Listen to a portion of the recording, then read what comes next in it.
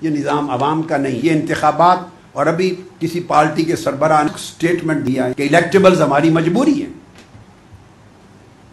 یہ تطہیر کی بات کرنے والے، نظام کی اصلاح کی بات کرنے والے، تبدیلی کی بات کرنے والے، اگر الیکٹیبلز آپ کی منظوری ہے تو 20 کروڑ عوام کو ذلیل کیوں کرتے رہے آپ لوگ؟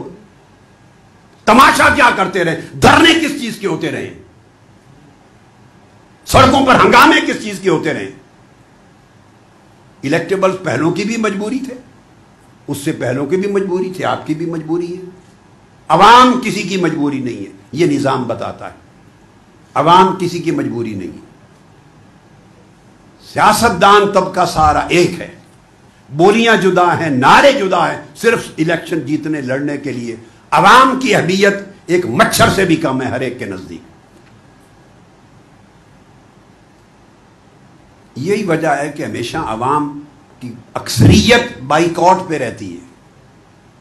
1985 میں 53% سے زیادہ لوگوں نے ووٹ نہیں ڈالے تھے، 88 میں 53% زیادہ نہیں ڈالے، 90 میں 40% سے زائد، 93 میں اسی طرح، 97 2002 میں 41.68% لوگوں نے ووٹ نہیں ڈالے، 2008 میں 40%، 2013 میں 59% لوگوں نے ووٹ نہیں ڈالے۔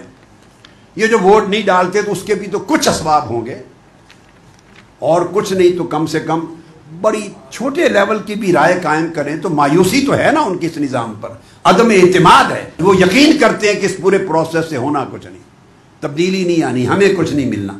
کم سے کم اس سے تو انکار نہیں کیا جا سکتا کہ وہ لا تعلق ہے۔